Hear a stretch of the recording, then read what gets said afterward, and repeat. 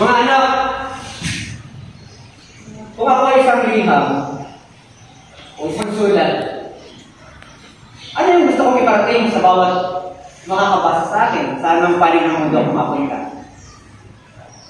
Ito yung napakahalaga na kung iparating kung ako isang liham o kung ako isang sulat sa bawat pamilya, pamayanan, o maging sa simbahan.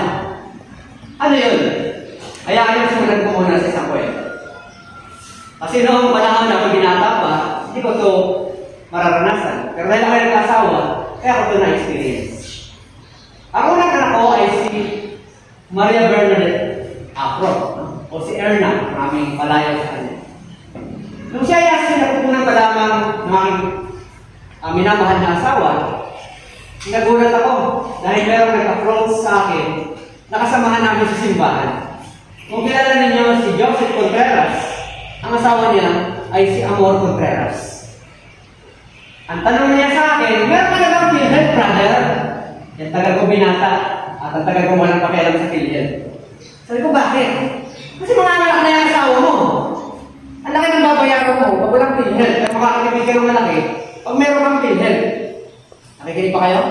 Buntis na ang asawa ko, date na ako niya. Kaya tinuos niya, sabi niya, kapag ka nagpa-member ka ngayon, ang effectivity o pwede ka na maka-avail sa PhilHealth ay March 1. Nakikinig pa kayo? Ang anak ko mga anak, Pebrero ang kabuwanan. Pebrero siya mga anak.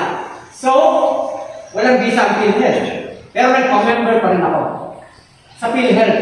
Tanong niyo sa akin bakit? Kasi meron ako mentor. Kaya mahalaga meron kayo mga mentors. Ang isa sa mentor ko, si Beli Abangan, Imaon siya. Writer siya sa temple ng Lakbay Diva. Sabi niya, sa nabasa ko, naliham, makat niya, sa Lakbay Diva. Ang bata daw, pwede nang turuan, hindi 7 taong gulang, hindi 10 taong gulang. Ang bata daw, pwede nang turuan, sa sinapupulan pa lamang ng isang ina. So, ingat na ito. Erna, Bernadette, huwag mo nang lalabas ng Pebrero, walang pera tatay mo. March ka na lumabas, please, para effective na yung PhilHealth. Okay, the story short, March 1. Lumabas si Maria Bernadette. Ang problema, nakakain na ng dumi kasi overdue. Kaya 1 week ko siyang pinapa-injectionan. Umaga at hapon.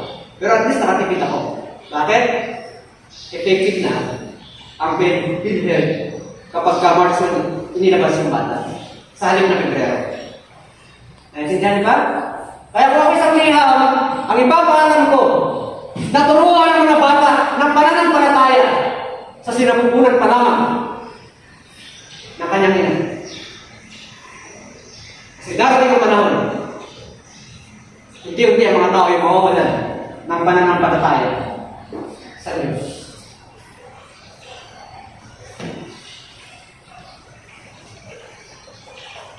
Most precious blood of Jesus Christ, save us and the whole world.